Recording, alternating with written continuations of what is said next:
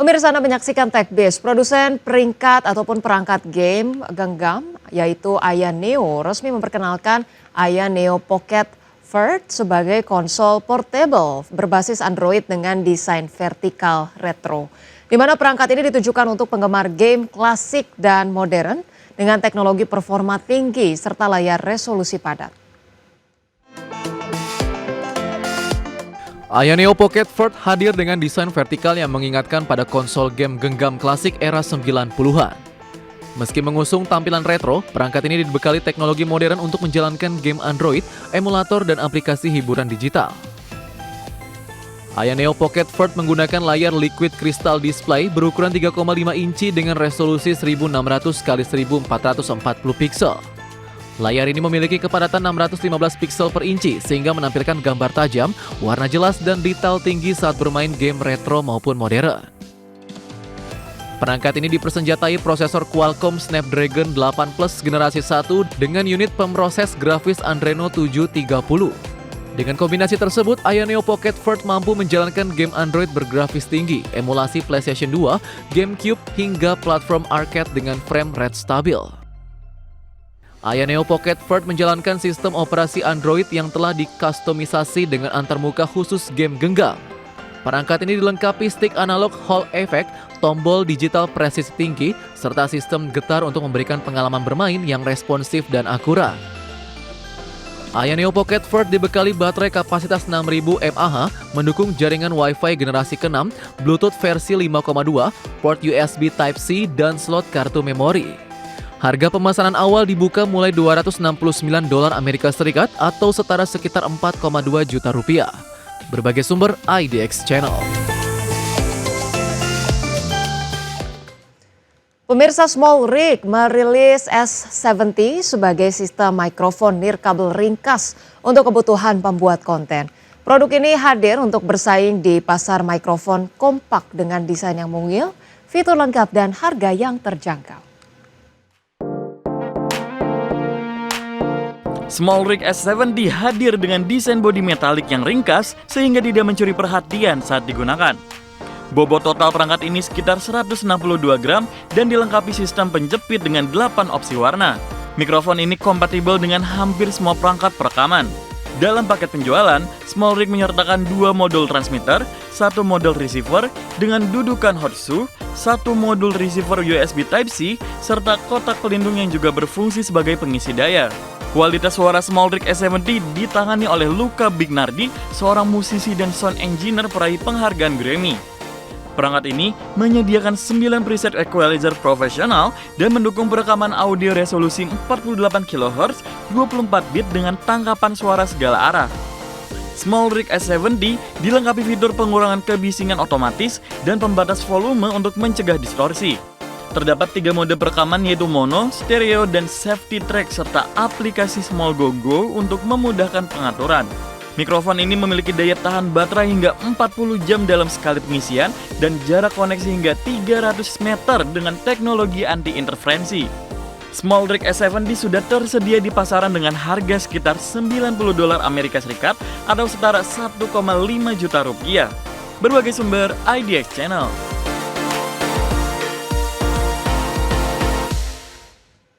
Pemirsa, Fujifilm kembali mendongkrak pasar kamera instan dengan mengumumkan Instax Mini Evo Cinema, di mana produk ini menjadi seri Instax pertama yang mampu mengambil foto, merekam video, serta mencetak foto dari telepon pintar. Fujifilm mengumumkan Instax Mini Evo Cinema.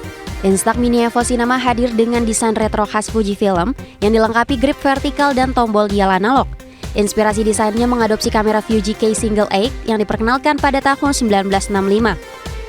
Untuk menunjang penggunaan, kamera ini dilengkapi layar mungil yang berfungsi sebagai jendela bidik. Fujifilm juga menyediakan aksesoris tambahan seperti jendela bidik, grip ekstra untuk penggunaan satu tangan, serta case berbentuk tas ringkas. Instax Mini Evo Cinema masuk kategori kamera instan hibrida yang menggabungkan fungsi kamera digital dan printer foto.